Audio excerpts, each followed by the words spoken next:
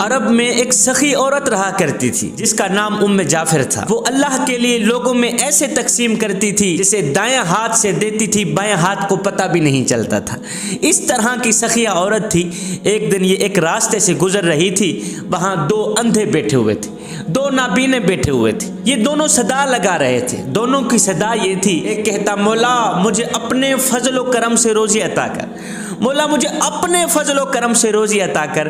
دوسرا اندھا کہتا مولا مجھے ام جعفر کا بچا ہوا عطا کر۔ اب ام جعفر اسی راستے سے گزر رہی تھی۔ ام جعفر نے جب ان دونوں کی صدائیں سنی تو دونوں کو عطا کیا۔ ام جعفر نے یہ معمول بنا لیا، روزانہ اسی راستے سے جاتی، روزانہ ان دو نابینوں کو کچھ نہ کچھ عطا کرتی۔ جو شخص اللہ کا فضل طلب کر رہا تھا ام جعفر اسے 2 درہم دیتی اور ام جعفر کے فضل کے طلبگار کو ایک بھنی ہوئی مرغی عطا کرتی۔ دلچسپ بات یہ تھی کہ جیسے ہی ایک اندھے کو بھنی ہوئی مرغی ملتی تو وہ دوسرے اندھے کو 2 درہم میں بیچ دیتا، اس سے 2 درہم لے لیتا، مرغی بیچ دیتا۔ اب کئی دنوں تک یہ سلسلہ چلتا رہا۔ ام جعفر اپنے فضل کے طلبگار کو ایک بھنی ہوئی مرغی عطا کرتی اور اللہ کے فضل کے طلبگار کو 2 درہم عطا کرتی۔ یہ سلسلہ کئی دنوں تک چلتا رہا۔ ایک دن ام جعفر اس اندھے کے پاس آئی، اس نابینے کے پاس آئی جو ام جعفر کے فضل کا طلبگار تھا۔ آ کر کہا او اندھے مجھے بتا کیا تمہیں 100 دینار ملے ہیں؟ اندھا حیران ہو گیا، کہا نہیں مجھے تو نہیں ملے، مجھے تو ایک بھنی ہوئی مرغی ملتی تھی، وہ مرغی میں دوسرے اندھے کو 2 درہم میں بیچ دیتا تھا۔ ام جعفر نے کہا او اندھے جو اللہ کے فضل کا طلبگار تھا میں اسے 2 درہم دیتی اور تمہیں بھنی ہوئی مرغی میں 10 دینار ڈال کر دیتی۔ او نادان میں تو تمہیں ہر مرغی میں 10 دینار ڈال کر دیتی تھی اور تو وہ 10 دینار نکالے بغیر 2 درہم میں بیچ دیتا تھا۔ یہ سنتے ہی اندھے نے چیخ ماری، ایک زوردار چیخ ماری، اپنا سر پیٹنا شروع کر دیا، کہنے لگا ہائے میں مارا گیا، میں لوٹا گیا، ہائے میری کم بختی، ہائے میری بدبختی، کاش کہ میں وہ مرغی 2 درہم میں نہ بیچتا، میرے 10 درہم مجھے بچ جاتے اور مرغی بھی بچ جاتی۔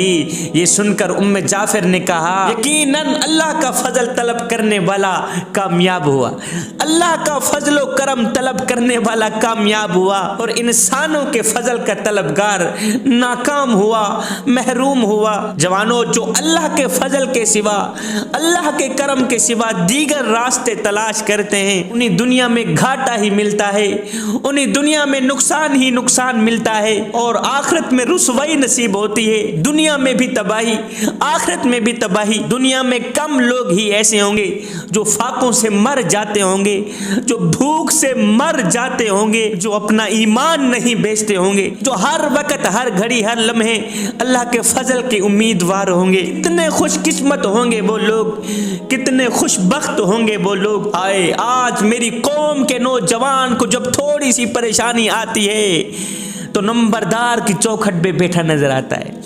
آج میری قوم کے نوجوان کو جب تھوڑی سی تکلیف آتی ہے، تھوڑا سا برا وقت ہی کیا آیا، چودھری کی چوکھٹ پہ بیٹھا نظر آیا، وہاں جا کے بھیک مانگتا ہے، خدارا میرے یہ مسئلے حل کر دو، میرا یہ کر دو، میں پریشانی میں پھنس گیا ہوں، میں تکلیفوں میں الجھ گیا ہوں، میں یہ ہو گیا، میں وہ ہو گیا، میں مارا گیا، میں تباہ ہو گیا، میں برباد ہو گیا۔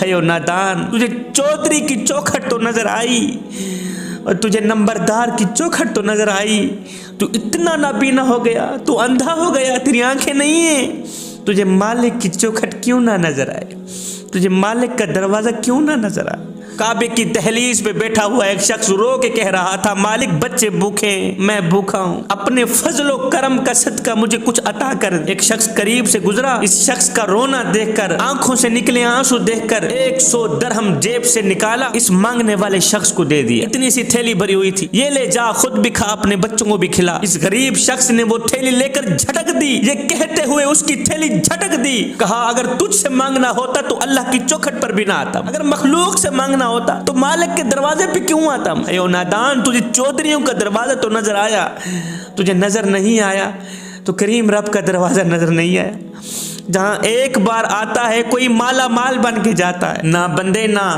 جب پریشانی آئے، جب برا وقت آئے، جب دکھ آئیں، تکلیفیں آئیں تو تکیے پہ رونے سے بہتر ہے سجدوں پہ رو لیا کر،